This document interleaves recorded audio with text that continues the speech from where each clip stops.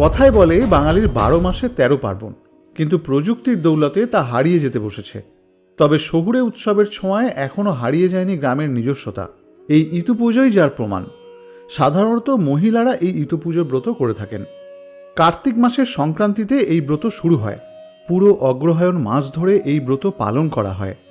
অগ্রহায়ণের সংক্রান্তির দিন ইতু বিসর্জনের মধ্য দিয়ে এই ব্রত শেষ হয়। ইতু পুজো গ্রাম বাংলার এক জনপ্রিয় লোক উৎসব। অগ্রহায়ণ মাসের প্রতি রবিবার শস্যবৃদ্ধি কামনায় এই ব্রত করা হয়। ইতু কি বা কে, এই ব্যাপারে মতভেদ আছে। কেউ কেউ মনে করেন ইতু শব্দটি মিতু অর্থাৎ মিত্র থেকে এসছে, আর মিত্র শব্দের অর্থ সূর্য। জ্যোতিষশাস্ত্র মতে অগ্রহায়ণ মাসে সূর্য বৃশ্চিক রাশিতে অবস্থান করে এবং এই অবস্থানে সূর্যের অপর নাম মিত্র। সেই থেকেই বাংলার ঘরে ঘরে ইতু পুজো শুরু হয়। অর্থাৎ ইতু পুজো মানে সূর্য পুজো। মতান্তরে ইতু পুজো ইন্দ্রদেবের পুজো। কেউ কেউ বলেন মেয়েরা ইন্দ্রের মতো বর পাওয়ার বাসনায় ইন্দ্র দ্বাদশীর দিন ইতু পুজো করে। তবে বাংলার মেয়েরা ইতুকে শস্যের দেবী হিসেবেই পুজো করে থাকে। পুজো যে দেবতারই হোক না কেন, পুজোর মূল উদ্দেশ্য হল সাংসারিক মঙ্গল কামনা এবং শ্রীবৃদ্ধি ঘটানো। ভক্তি ভরে ইতু পুজোর ব্রত করলে আর্থিক উন্নতি, সংসারের শ্রীবৃদ্ধি লাভের সাথে সাথে ব্রতকারীর মনোবাসনাও পূর্ণ হয়। নমস্কার শ্রোতা বন্ধুরা, জীবন দর্শন মোটিভেশন চ্যানেলের পক্ষ থেকে আপনাদের সকলকে স্বাগত জানাই। আশা করি সকলে ভালো আছেন।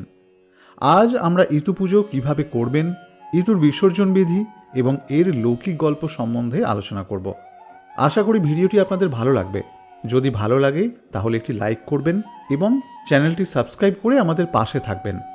ইংরাজির 2025 সালের 17ই নভেম্বর, বাংলার 30শে কার্তিক সোমবার ইতু লক্ষ্মীর প্রতিষ্ঠা দিবস। এই দিনের পর থেকে অগ্রহায়ণ মাসের সংক্রান্তি পর্যন্ত প্রতি রবিবার এই ব্রত পালন করতে হবে। সাধারণত যে কোনো বয়সের নারীরাই এই ব্রত করতে পারেন। এই বছর 23শে নভেম্বর বাংলার 6ই অঘ্রাণ, 30শে নভেম্বর বাংলার 13ই অঘ্রাণ, 7ই ডিসেম্বর বাংলার 20ই অঘ্রাণ, 14ই ডিসেম্বর বাংলার 27শে অঘ্রাণ, এই 4টি দিন ইতু পুজো করতে হবে। এরপর 16ই ডিসেম্বর বাংলার 29শে অগ্রহায়ণ সোমবার অর্থাৎ অগ্রহায়ণ মাসের সংক্রান্তির দিন মা ইতুর বিসর্জন। ইতুর ঘটের গায়ে পুতুল আঁকা হয় এবং ভেতরে দেওয়া হয় শস্যদানা এবং তৃণগুচ্ছ। খড়ের তৈরি বীরের উপরেই ইতুর সরাকে বসানো হয়। এরপর ওই সরাতে দেওয়া হয় মাটি। মাটিপূর্ণ সরার মাঝে ঘট স্থাপন করতে হয়, আর বাকি অংশে কলমি, সর্ষে, শুশুনির মূলসহ শাক দেওয়া হয়। এছাড়া ধানের বীজ, মানকচুর মূলও লাগানো হয়। আর ছোলা, মটর, মুগ, তিল এবং যব সহ 8 রকমের শস্যের বীজও ছড়ানো হয়। ইতু প্রতিষ্ঠা করার সময় ও প্রতি রবিবার জল দেওয়ার সময় একটি মন্ত্র উচ্চারণ করতে হয়, আর সেই মন্ত্র না পড়লে ইতু পুজো অসম্পূর্ণ বলে মনে করা হয়। অগ্রহায়ণের সংক্রান্তির দিন ইতুর ব্রত উদযাপন করে নদী বা পুকুরে ইতুর ঘট ভাসিয়ে দেওয়া হয়। বিশ্বাস করা হয় যে ইতু ব্রত রাখলে সংসার সুখ, শান্তি এবং সমৃদ্ধিতে ভরে ওঠে। আমাদের দেশে প্রকৃতি পুজোর রীতি অনেক প্রাচীন। নদী, গাছ, পর্বত, অগ্নি, বায়ু, সূর্য প্রভৃতির পুজো বৈদিক আমল থেকেই চলে আসছে। অবাঙালিদের মধ্যে সূর্য পুজোর প্রচলন আছে, যাকে আমরা ছট পুজো নামে জানি। বাঙালিদের সূর্য পুজোর ব্রতকথা ইতু পুজো নামে প্রসিদ্ধ। বাংলার মেয়েরা ইতুকে শস্যের দেবী হিসেবেই পুজো করে থাকে। অগ্রহায়ণ মাসের প্রতি রবিবার ইতু পুজো হয়। মাটির সরার মধ্যে মাটি দিয়ে ঘট বসানো হয়। প্রতি হিন্দু বাড়িতে তুলসীতলা থাকেই। বেশিরভাগ বাড়িতে এই তুলসীতলাতেই ইতুর ঘট স্থাপন করা হয়। 1 মাস ধরে ইতুর ঘটে জল দেন বাড়ির মহিলারা। মাটির সরাতে দেওয়া হয় 5 কলাই। অনেকে মাটিতে পঞ্চশস্যও ছড়িয়ে দেন। কোথাও কোথাও ইতুকে 7 ভক্ষণের প্রথাও রয়েছে। সেই দিন নতুন গুড়, নতুন চাল এবং দুধ দিয়ে পরমান্ন তৈরি করে ইতুকে নিবেদন করা হয়। প্রতি রবিবার ফল, মিষ্টি, ধান, খই দিয়ে ইতুর পুজো করা হয়। শেষ দিনে নবান্ন থেকে পিঠে পুলি সবই বানানো হয়। এখনও গ্রামে সেই সব প্রসাদ সবাই মিলে ভাগ করে খাওয়া হয়। অগ্রহায়ণ সংক্রান্তির দিন ইতুর ব্রত উদযাপন করে নদী বা পুকুরে ইতু ভাসিয়ে দেওয়া হয়। যারা এই ব্রত করবেন তারা আগের দিন অর্থাৎ এই মাসের শনিবারগুলিতে নিরামিষ আহার গ্রহণ করবেন, আর পুজোর দিন তেল ও হলুদ ছাড়া যে কোনো নিরামিষ খাবার খেতে পারেন। সকালে পুজো শেষ করে পুজোর প্রসাদ খাবেন, দুপুরে ভাত খেতে পারবেন, আর রাতে মুড়ি বা ময়দার লুচি বা পরোটা খাওয়া যেতে পারে। তবে মুড়ি কিন্তু ভিজিয়ে খাওয়া যাবে না। পুজোর দিন সকাল সকাল ঘর দুয়ার পরিষ্কার করে স্নান সেরে ইতুর ঘট পেতে পুজোর সূচনা করবেন। ইতু মায়ের ঘটের গায়ে পুতুল এঁকে খড়ের তৈরি বীরের ওপর সেই সরাকে বসাতে হবে। এরপর ওই সরাতে মাটি পূর্ণ করে সবার মাঝে ঘটস্থাপন করতে হবে। আর বাকি অংশে কলমি, সর্ষে, শুশুনির মূলসহ শাক দিতে হবে। এছাড়াও ধানের বীজ, মানকচুর মূলও দিতে পারেন। আর তারপর ছোলা, মটর, মুগ, তিল, যবসহ 8 রকম শস্যের বীজ ছড়াতে হবে।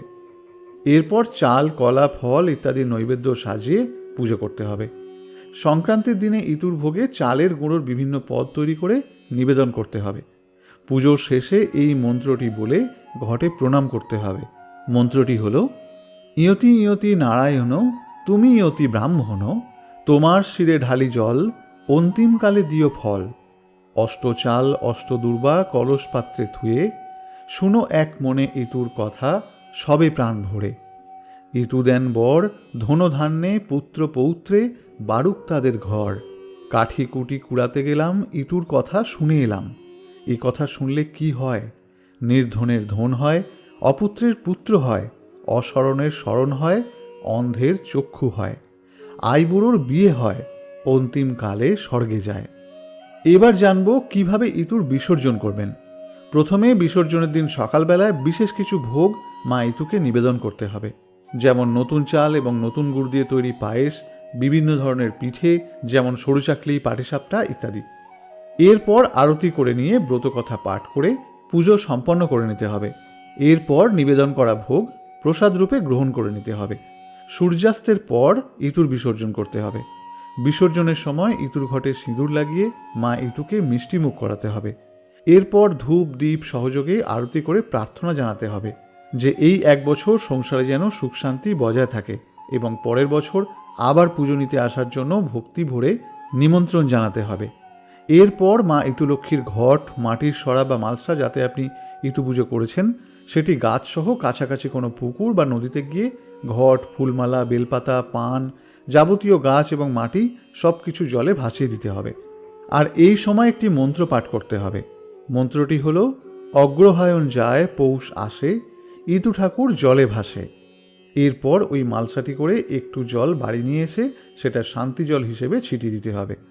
প্রত্যেক ব্রততেই কোনো না কোনো লৌকিক গল্প থাকে।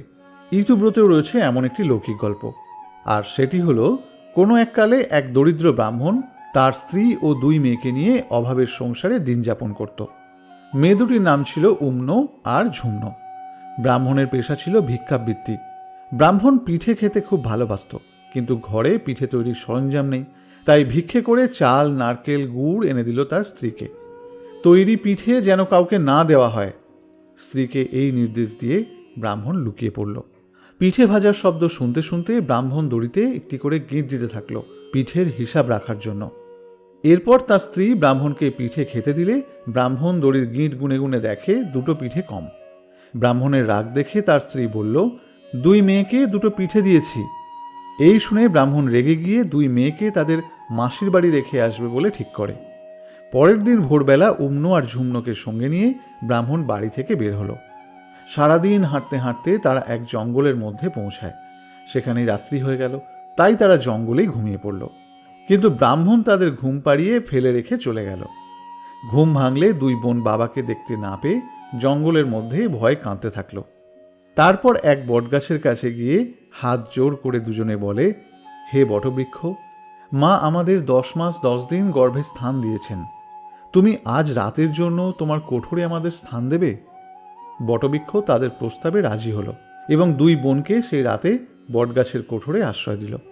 পরের দিন সকালে 2 বোন বটগাছকে প্রণাম করে হাঁটতে শুরু করে। কিছু দূর যাওয়ার পর তারা দেখে মাটির সরা নিয়ে কতগুলি মেয়ে পুজো করছে। উম্ন আর ঝুম্ন পুজোর বিষয়ে তাদেরকে জিজ্ঞেস করলে মেয়েরা জানায় এই পুজোর নাম ইতু পুজো। মেয়েরা আরও বলে আগের দিন উপোস করে থাকলে তবেই ইতু পুজো করা যায়।